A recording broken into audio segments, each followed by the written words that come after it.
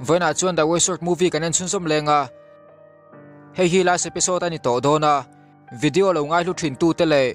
min lo clear sak ve thin tu te in savai chunga lom thu ka soima sa e episode ma sa khan snake demon in jailor taron be ve thu ti kan clear ho to wa jailor chuan angai na khelo takin engwanga phasan nge ania zo tani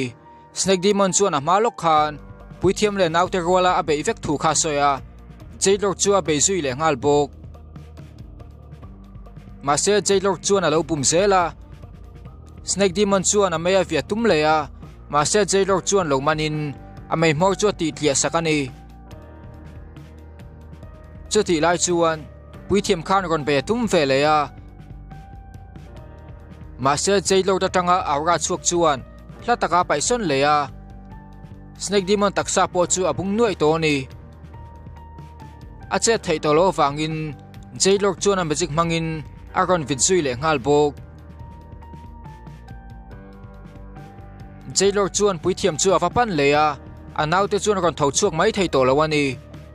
jailor chuan a thilzum siam mang chuan lo tin le to in a bei ve le a ma se be se lo tak mai in bailanga kha ron in do thuta puithiam chuan lung chetaka fapanin ani po chu che thei alo om to lawani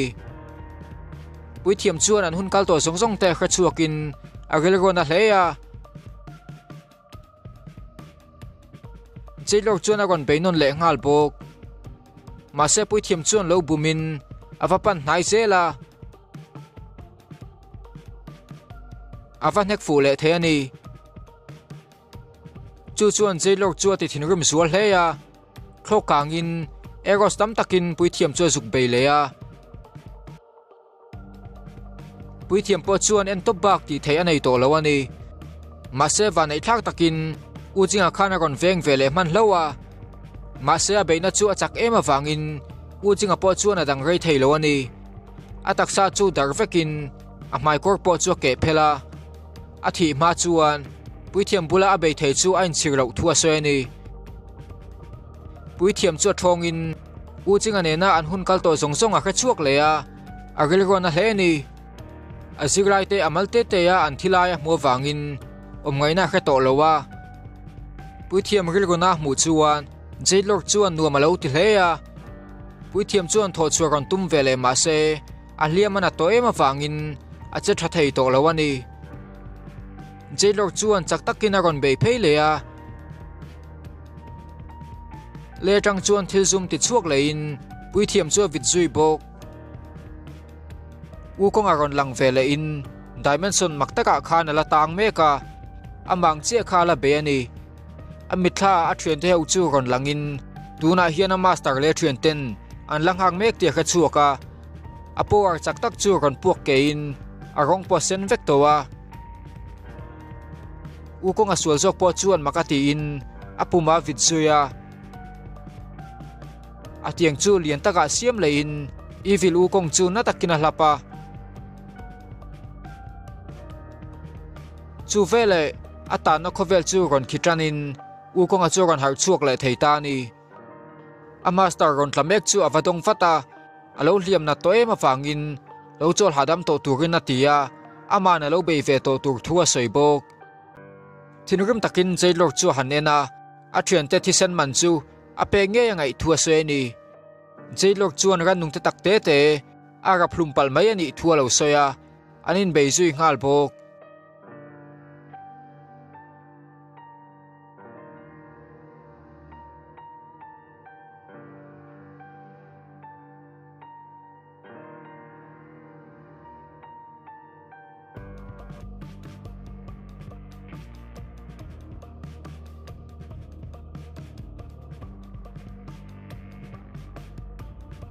ukong achu aw rin ema wangin jailor chuan a benga lo hupa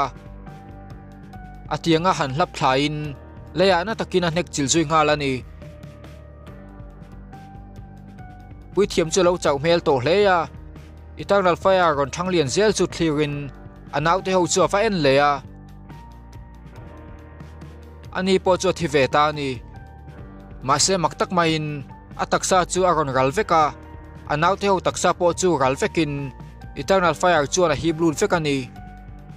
u ko nga chuan rilgona takin alo thliga chuti lai chuan jailor chuan apowa ga lo la khom meka u ko nga chu a beile tran ngal bok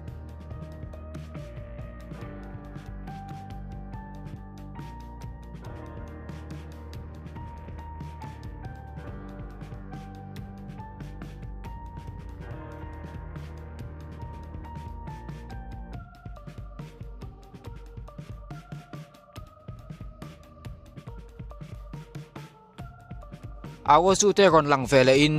North King nen khan an lo line be meka awa chu a chak lo zo ka atang ani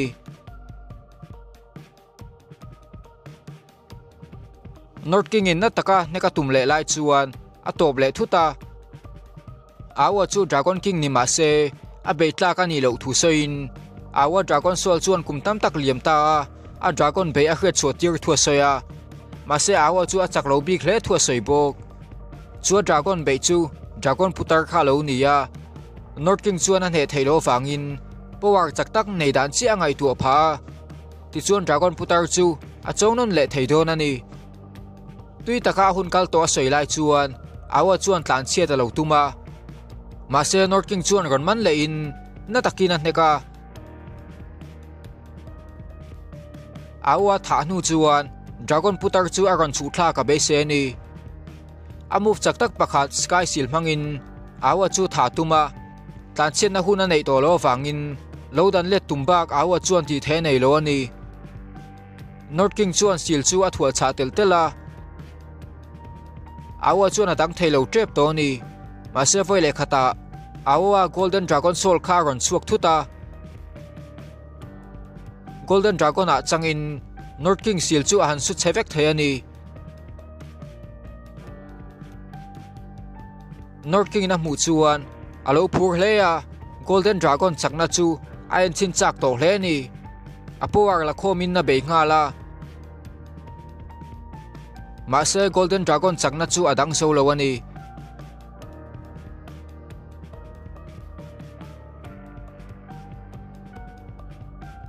North King chu a hliam venual towa ma se beidong mai du lowin amuf saktak pakhat a mang leya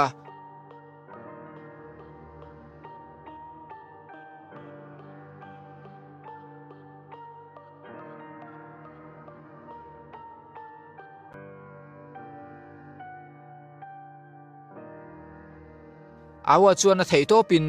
North King be na chu lo dang ve a ma se dang rei thei don lo ani voile khata akut bul chu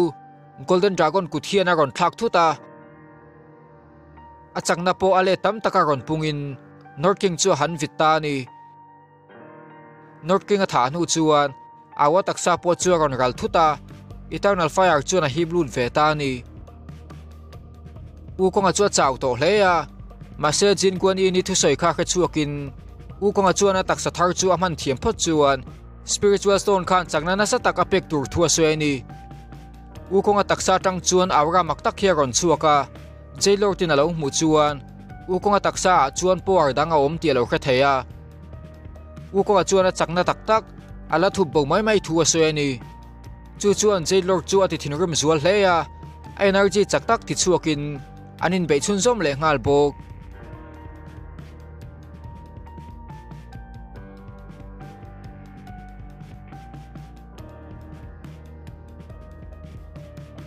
jailor chuan Dragon Eye go technique mangin u konga chuan atakin a nek beta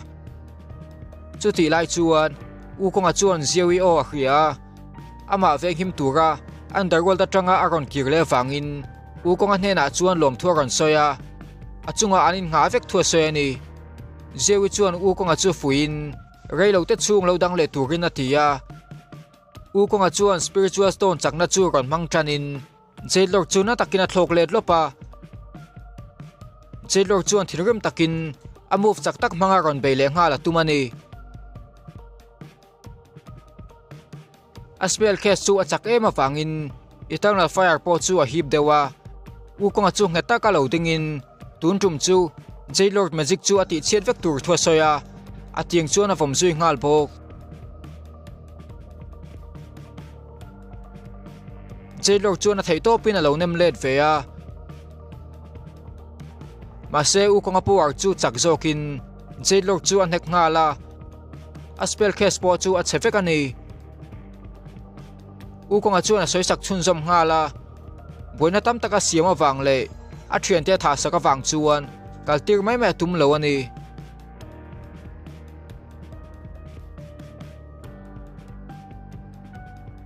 jailor po chu a hliam na ve to hle a thinrim taka ron tho chuak lein ama tharau dang pahniom te chu an ron chuak bok a thinrim toy ma wangin a tharau dang pahni te chu ai ve ve a chakna po ron pungsatin a taksa tang chuan energy chaktaka ron chuak ngalani zewi chuan u konga chu a ron ngai tu hle a chan chu tu na chuan jailor chuan personality pakhat chen nei towa chu swalber khani in a chakna po pung to hle ni u konga chuan zewi thu soi chu lo khama se ala hlau thong lo hle anom tran don chau thu soin a move saktak pakhat kumtam tak chung a man to lo chu a man tur thua se ni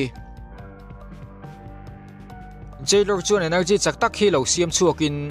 alan dan po chu lo dang lam to hle u konga chu zuk bei le ngal bok chuti lai chuan u konga chuan a golden soul chu lo mang ve jailor power chu lo do let ve ngal ani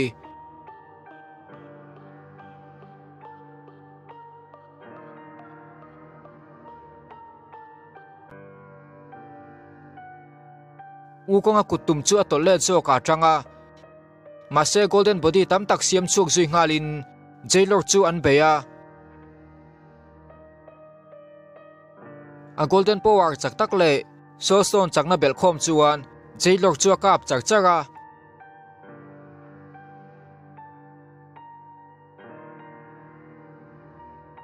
atopa jailor chu kap ral tavekani u konga chu chaw ve hle anu loka taksa chu eternal fire chuan aron hi blood vele ni chu vele engmak tak hi khovel mun khang khanga aron tla chu chuan khovel cheto zong chu aron siam thale ni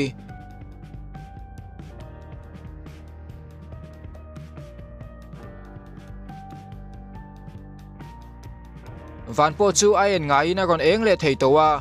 rulai le sajina chuan puithiam le naute chu an hlotling tian lo kha the ni sin ron in thlakin ao chu na lian tak chunga hian a lo mu hi la u konga khan ron ko harin awa chuan khonge an no malo zot fata underworld tani boxi lo wangin u konga po chuan a khet big lo thu lo se ni ma se an thien te khan va muwa bailanga khan ron panin anom na chu eternal fire chunga ni thu le zewina thien te ta na muna lo siam ani thu a se ni u kongan eternal fire raven him le the wangin puithiam chuan thil thataka ti thu lo soya baje le snake demon po chuan fan lo nei to bok an be se lo tak main zewi po chu lo la om ve renga tuna chuan ati turati zo to thu soin dark soul te chu ti chet ve kan ni towa in leyang chu in buk tok taka om to thu a se ni chumin hu chuan eternal fire pona chuan an chuaka thaler vek ni thin kha thil to tam tak alo om le to ni bailanga chuan hlim takin zewi chu khovel fan puya soma ma se zewi chuan a thei ve lo thu soin universe danga pathian te puitura alo in tiam to thu a se ni chung pathian te chu ron langin zong anang hlea ni pathian in a ron ho ani zewi chuan an khovel dang chu an thun zom vek thu soya universe danga pathian te chuan an eng an hlo vek to thu soin zewi chuan a eternal fire chakna manga an khovel chu chan him sak nge ngai thu soya ni bailanga chu vakuin avamang tha soi mai tur bailanga chuan a khelo hle ni zewi chu amit tuya ron tla a thente ne na anin than khang tur chu hrewma ti ve hle ni ma se alungai mel chu an mu adu lo wangin pa ngai taka omatuma a thente zong chu mang tha ta ni bailanga chuan alungai na chu thup theiloin zewi chu avapana ma se zewi le pathian te chu an ral manani puithiam le nau te chu mermaid te khopuya khan an chol leya an hlotlin na wang chuan lalnu po chu lo lom hleya tur tam tak alo hlui bok ma se u konga chu a omanom mel lo hle a khuma alo lamu hadam me kani u kongan alo lamu hilrang tia khret chuan zio mei tel lo chuan an kalvat tur thwasaya chu vele zio mei chu lungoi lo takina ron tho chuak thutani u konga chuan kain mun moi taka kalpuya u konga chuan zio mei chu mi thata kani thu soin zio mei chuan alo nam tu le thuta u konga chu adu zong ni vak lo ma se chan sapek tur thwasaya ni ring taka win u konga bula om reng to tur thwasaya ma se han hoi kwal chuan u konga chu alo bo le dai towa man mo takina zong kwal ngalani sin ronin thlakin devil sped lai taka chuan hotel pakhat thialo woma chu hotela chuan mi hring tele demon te in ngei takin an chol ho vek thinani puithiam chuan sanghanula te game lo khel puin achak lo ranga wang chuan a maya paper an lo bel sak teu to ni spider demon le huit bon lalfan upo kha chu hmuna chuan an lo thok ve a ba che po chuan demon ho chu lo komin an hlim hlom hle ni bailanga chuan sanga then khat a bucket khana ron man le a ma se a bucket chu thau palin hotel chu ron ti buai nuaya puithiam chuan an game khela tanga ban chuan lama alo mang ve keu bok